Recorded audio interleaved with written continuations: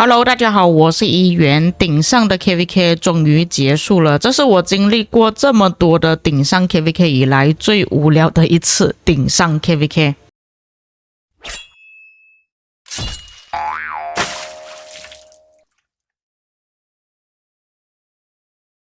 那么今天这个影片呢，主要是跟大家说一下这场 KVK 发生的过程，然后我对于这场 KVK 的个人感想，还有觉得说如果有不同的选择的话，会有怎样的结果之类的。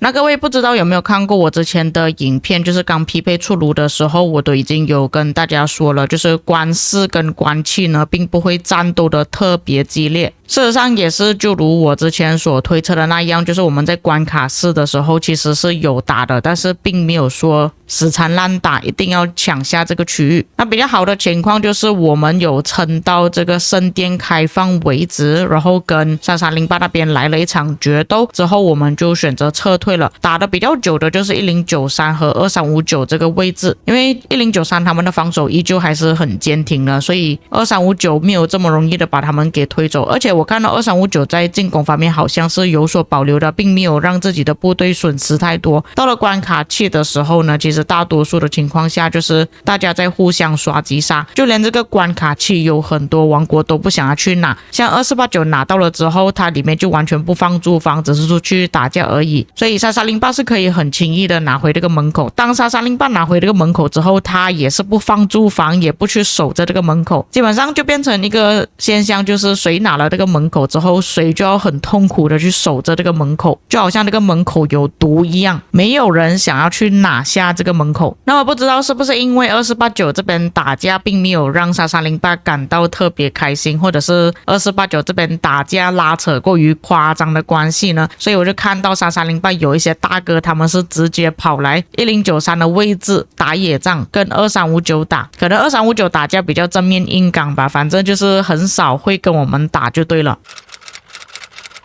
接下来说一下皇庭的情况，这个是第一天我们把所有旗帜建好之后的样貌。可以看到下面2489跟1093的位置基本上是一人一班因为中间有一个野蛮人据点所以这边会有一个空洞。但是可以看到1093呢，他们是有连接上2359这里的旗帜的，所以在一开始的时候1093已经是呈现了1打2的情况。相反的3308这里的情况就是他们翻墙出去的位置有一个黑暗祭坛挡着了，就变成说他们翻墙出去的时候是比起2359这边还要稍微慢了一点，因为2359它这里翻墙的位置呢已经是从皇庭中间的一半这里开始了，所以在翻墙方面2359就会有优势，他们可以更快的出到外面去，然后等到3308这边翻出去的时候呢是在一半的后面，就变成说他们这里速度稍微慢了一点。那么3308这边遇到最大的情况，除了就是这个翻墙的位置之外，另外一个问题呢就是他们同阵营的王国3672据说是没有出席战斗的，所以就变成说只有3308一个人孤军奋战。3672是否真的没有出战呢？这个我们等一下看数据就知道了。总之在一开始的局面呢，我们是可以看到2359也是呈现了1打2的情况，就是2489和3308是被包在中间的。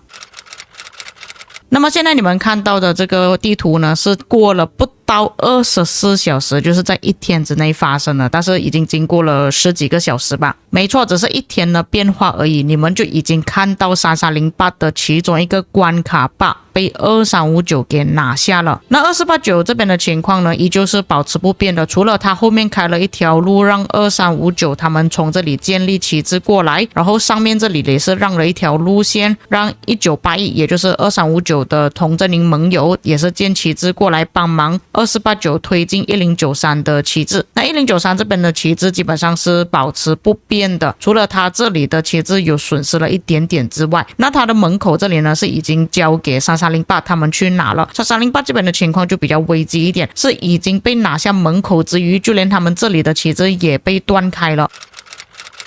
那么之后的情况就更加糟糕啊，在这个时间点呢，已经差不多到第3天左右了吧。那你们可以看到2489这边旗帜依然还是保持的，并且有往前推进了一点。那1093这里的情况呢，原本他们领土是很多的，但是我不知道为什么他们要让多一个领土让3308去拿啦，因为我个人是觉得说1093他们的人数其实会比较多一点，除非是说3308认为1093顶不住，但是我觉得其实没有这个必要。上面1093的旗帜又再减少了一点，然后也因为这边3308已经沦陷了，这里就有一个空位出来，变成说1093他们要防守的位置多了很多，在没有办法去挡住的情况下就被2359给入侵了，然后3308这边的旗帜就越来越少，很多旗帜都被2359从后方给断开，剩下的这一点领土也不能称之为领土了，因为这边比较靠近墙的位置，就变成说其实有很多位置都是不能牵成的。那原本2489让出来这边的位置呢，其实也是让盟友牵成过来而已，但实际上没有什么效果啦。然后原本1981呢是过来连接上93的旗帜一起往前推进，确实是有往前推进啊，但是到了后期依旧还是让2489自己去往前推进，他们从上面这个方向我们两边夹攻去推掉1093的旗帜。那3308拿下了这边门口的位置出来呢，我个人是觉得说影响不是很大，他们是有过来帮忙打架，但是并没有起到很大的威胁。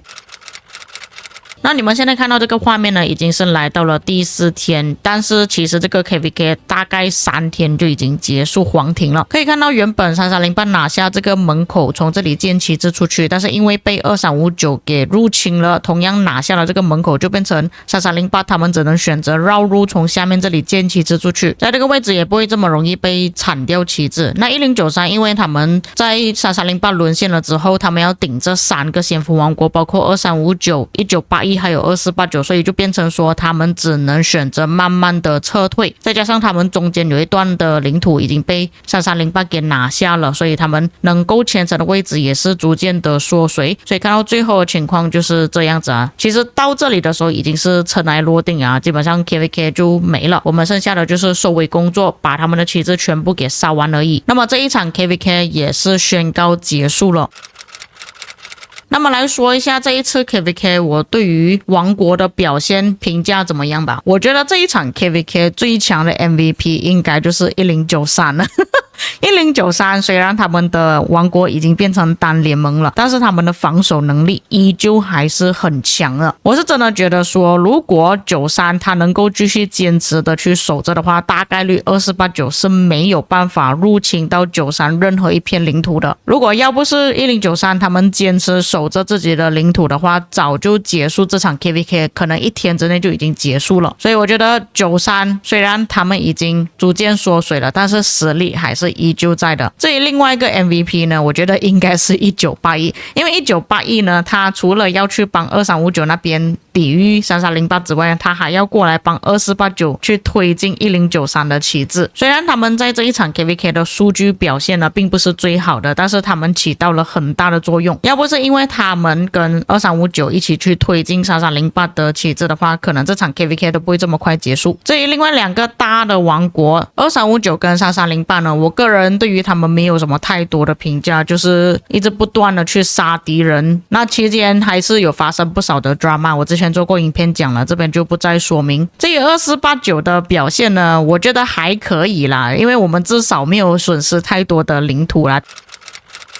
那么关于这一场 KVK 为什么3308会失败的原因，除了刚刚所提到的3672他们没有出席的问题之外呢，另外一点就是有不少的玩家说，假设3308他们不是选择跟1093交换位置的话，可能结局会不同。那我觉得也是有这个可能性的，因为我刚刚已经说了嘛，1093他们的防守是真的非常坚挺的，非常厉害。我是觉得说，如果像1093防守这么强的情况下去防守这2359，不要让他们推进，相反的让3308选择去进攻2489的话，或许2489在早期的时候就已经被推光了也说不定。但是我觉得就算是不交换位置也好，情况应该也不会差别太大。虽然3308去推进2489可能会比较简单，但是不代表说2489在1天之内就会把所有的领土给丢失掉，因为2359他们依旧究还是可以让1981过来帮2489，因为1093他们防守那边很强嘛，不代表说他们推进2359就会很简单，因为只要2359跟1093这里的领土也是坚持着大家都不分上下的话，2359肯定会抽时间下去帮2489挡着，或者是帮忙他们推进3308的。因为假设说1093他们推进很强的话，也不至于说2489在这么多天里面领土都没有损失太多，对不对？所以我觉得说就算不交换也好，其实最后出来的结局呢应该也是差不多的，只是时间上面可能会再延长多一点啦，大概打个1个星期左右。那说实话，我原本是已经准备好差不多要在这个皇庭里面打1个星期的心理准备了，但是没有想到结束的这么快，3天左右就没了。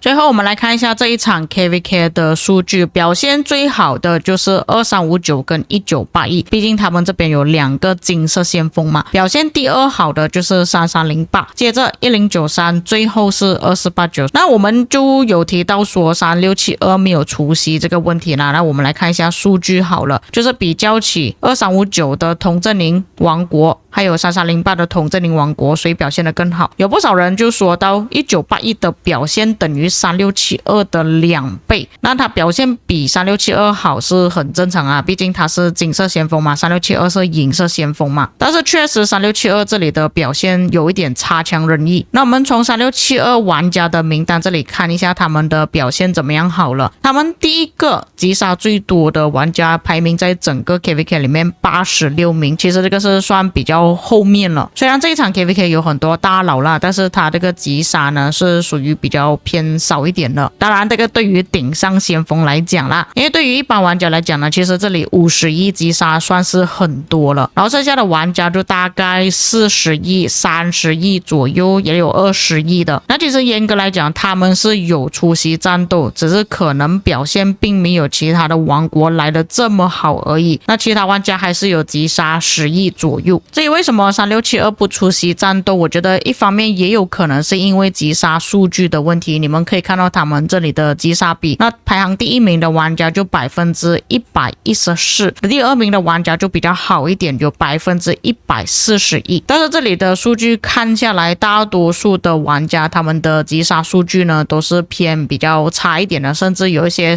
低于90%的也有。所以我觉得有一方面就是这些王国的玩家他们的击杀数据如果越来越糟糕的话，他们就会选择不出来打架，因为你打得越亏，你损失的加速资源就会越多。如果对于他们这个王国大佬不是很多的情况下来说呢，他们没有办法负担得起这里的开销，所以有可能就是因为这样子他们就选择不出席了，就连这个玩家58%都已经出现了。这种情况我相信大多数玩家遇到的话应该都不想要打吧，甚至有一个40%，但是他的击杀会比较少一点他就只有7亿击杀而已。但是我是觉得说有一些玩家说的对啦，就是如果你没有办法负担得起顶上先锋王国的开销或者是压力的话，其实不应该选择这种大先锋王国报名 KVK 的时候一起报名，或者是你应该要错开地图去报名别的地图才对。所以可以说3672有他们自己的理由啊，甚至有一些玩家说他们是为了要打奥西里斯联赛，所以就选择不打 KVK， 我觉得都有可能。